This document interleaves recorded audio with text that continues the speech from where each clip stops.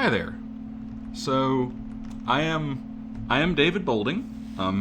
Welcome to the first video for week 0, 0.5, 1, however you count it, of this special topics course on neural networks and TensorFlow. This is my third or fourth time through these slides, so forgive me if I am a tad bit bedraggled.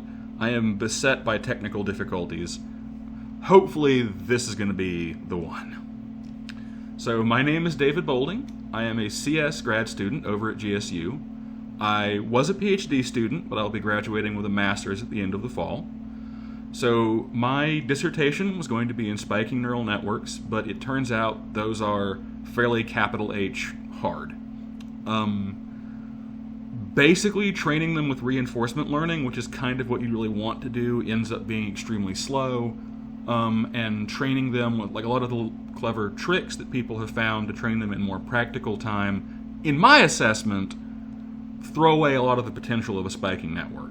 So I wasn't really able to solve that conundrum, and so I'm leaving with a master's. So what we're covering, we're going to have a 1-hour Python reminder. Hopefully we're going to just barely start that this week. We're going to finish it next week.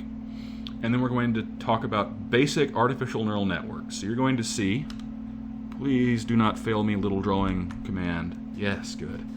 So you're going to see a lot of acronyms like this, right? Something in. Artificial neural network is the term I'm kind of going to use for a default, bargain bin, feed-forward network. 2 or 3 layers, input to output, right?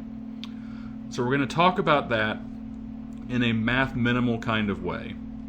There's a lot of stuff that I want to talk about that we're just not going to be able to make sense of unless we have a little bit of a grasp on gradients, right? And sort of some of the other mathematic theory of how these things work. I know that a lot of you, though, probably do not have a very deep multivariable calculus background, and so we really can't, do the math by hand or derive a lot of these things. And, I understand that. We're not going to do that. We do kind of need to have an intuitive idea of what a gradient is, at least, and how it figures into this whole thing.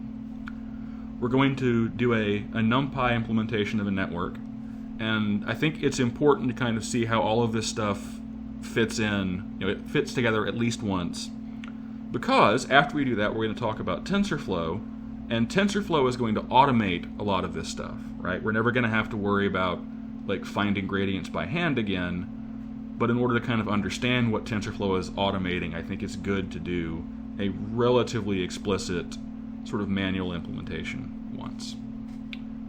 Then we're going to talk about some common data sets, MNIST and SciFar.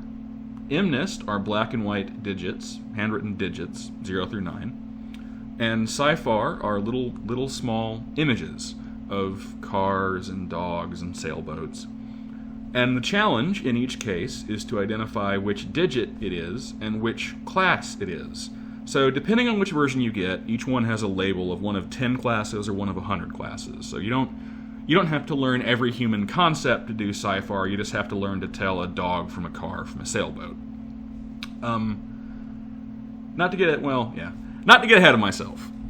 We'll talk about those more when we reach that point. So that's about where the first exam is going to be. Week 5 or 6, we're going to have talked about a NumPy implementation, a TensorFlow implementation. Hopefully those data sets, maybe not. We'll see how it goes. So after week 5, we're going to start talking about some sort of finer points, some higher level concepts. We're going to talk about different activation functions. We're going to talk about overfitting and regularization. We're going to talk about batch normalization.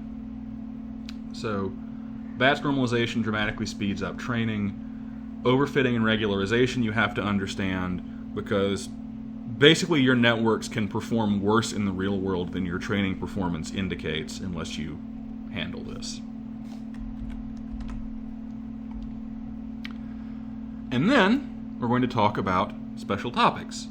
So as I was sort of blocking out all the things that I could talk about in this course, the list quickly got to be way too huge. Especially if I'm sort of not sure how quickly we're really ideally going to go through some of this stuff.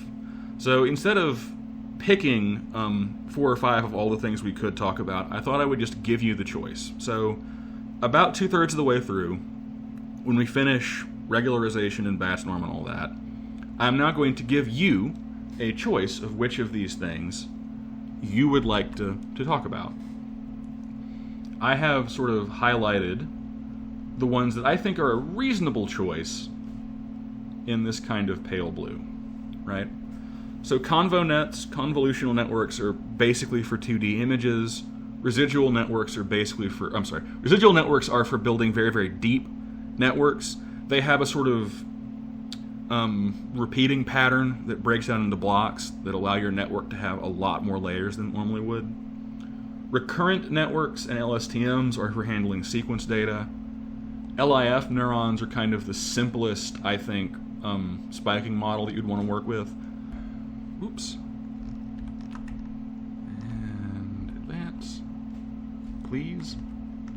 Please? Come on, LibreOffice. There we go.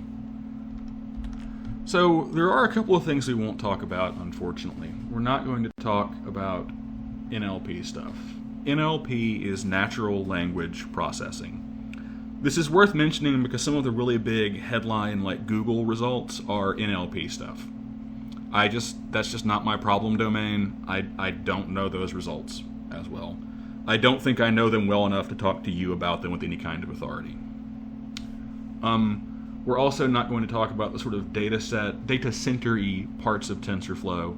So TensorFlow has a much lauded pipeline for streamlining data from disk to memory, which really helps with sort of like large cluster deployments and big data sets and all this.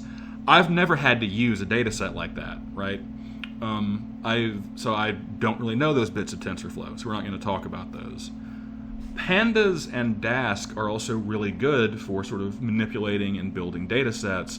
Again, I've just never had like a multi-terabyte data set that I've had to use these tools for, so I just don't know them. So I really can't go over Pandas and Dask, except in the most rudimentary way, and I don't think that would be useful. All right, policies.